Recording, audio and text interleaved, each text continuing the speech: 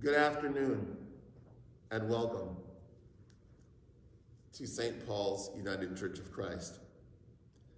I'm Pastor Phil, and during the past months, I've been pondering many things, and that's why we call this little portion Pastor's Pondering. When I started today, you notice I was wearing a mask that says love.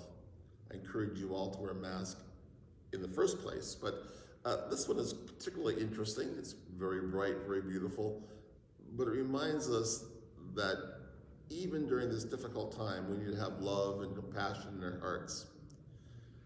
I know that this is getting to be a long time. I'm watching the numbers as well as anyone.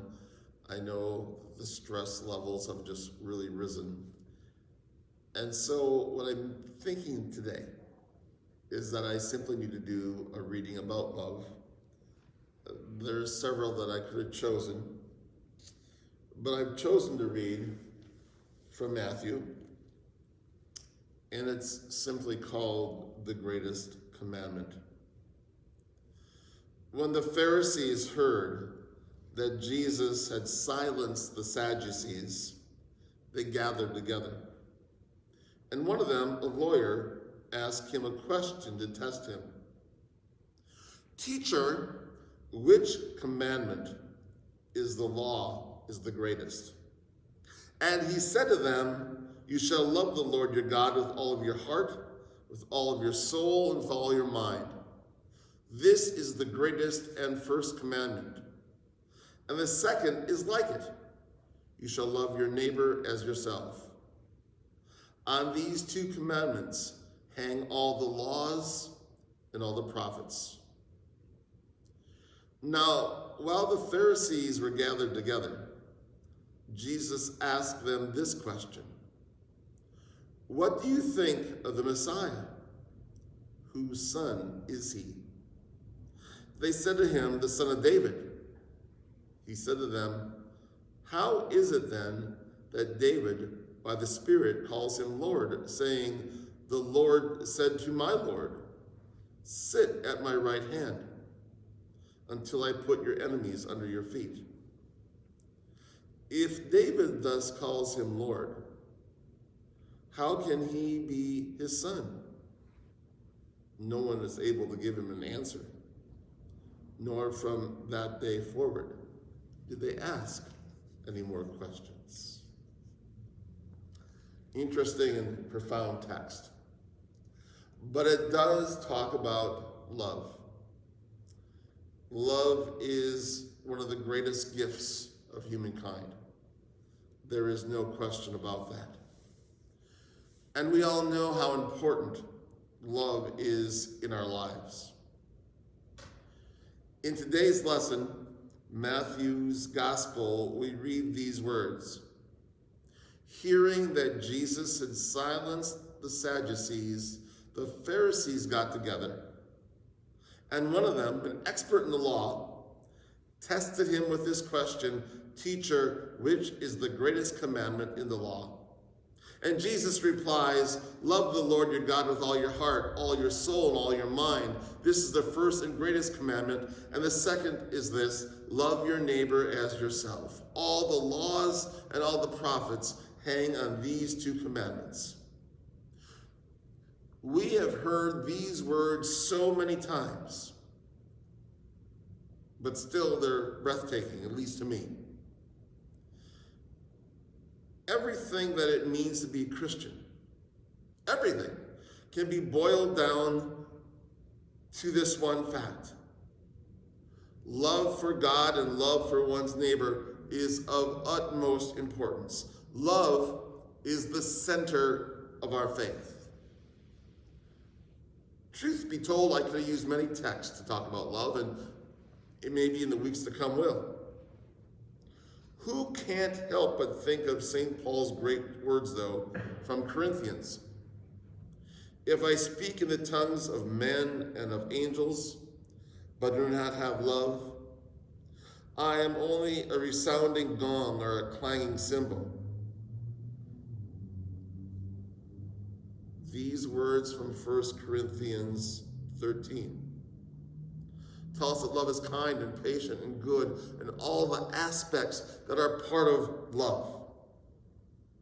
I am firmly convinced that the skeptical eye with which the world regards the Christian community today could quickly be transformed into respect if only we showed the love, we experienced the love, we shared the love that we're commanded to do. We simply don't seem to quite get this right. Love is essential to our faith as followers of Jesus Christ. Love is also essential to our physical and our emotional well-being. Let's face it, we need love simply to survive. There was a study done by now a few years ago. Inappropriate study, I might add, as far as I'm concerned. But it was of 97 babies, ages 3 months to 3 years, who were living in an orphanage in South America.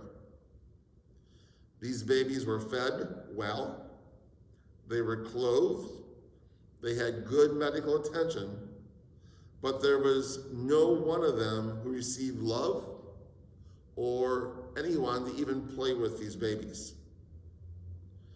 After several months, these babies began to lose their appetites, and their health began to fail.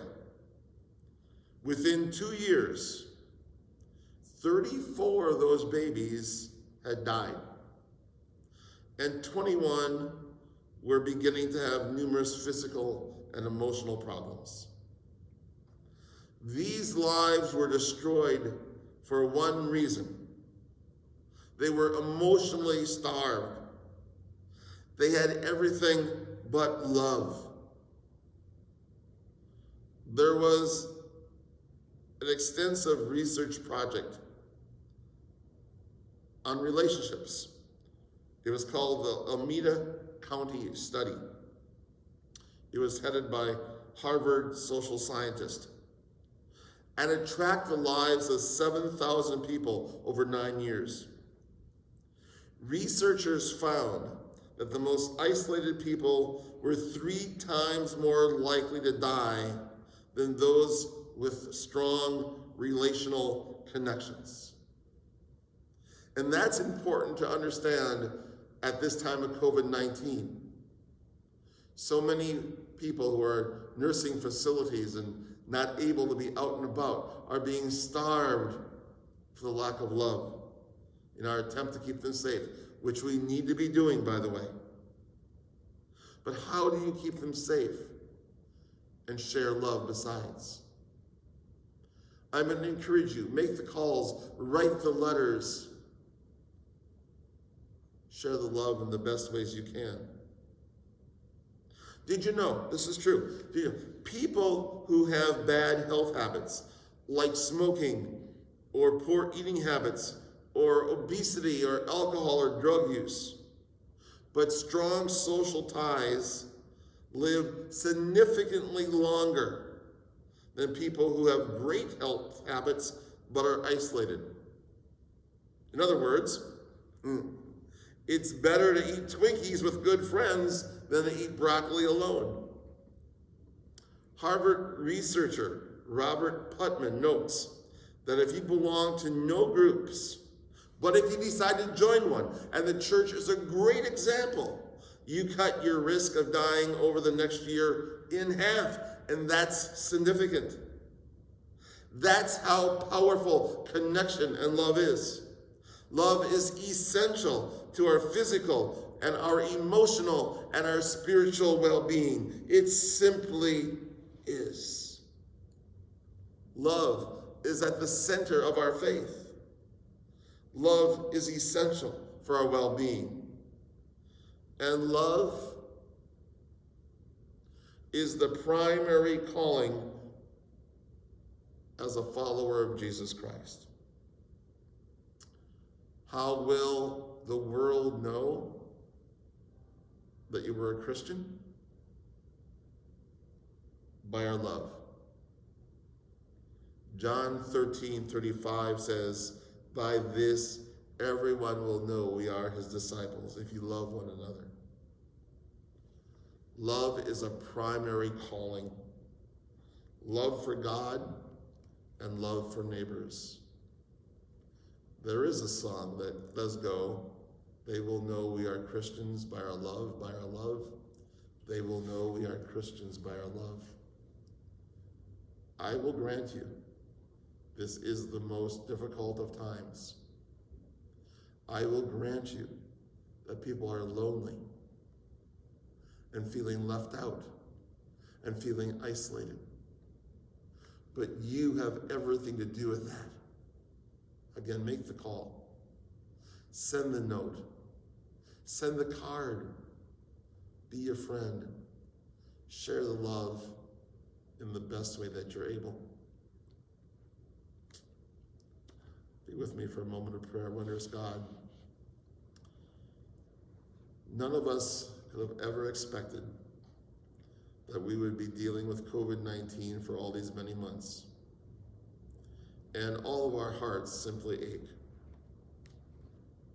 Give us the peace, the comfort, and the strength to share the love, not with just family and friends, but with family and friends, but with all that we meet.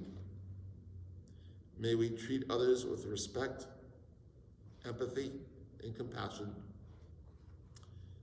May people know that we're Christians by our love. Amen. Well, a little on the serious note, I guess, this day, but I guess that's why I was pondering. So again, stay safe. Many blessings. Love you all much. Miss you all too. And see you later. Bye for now.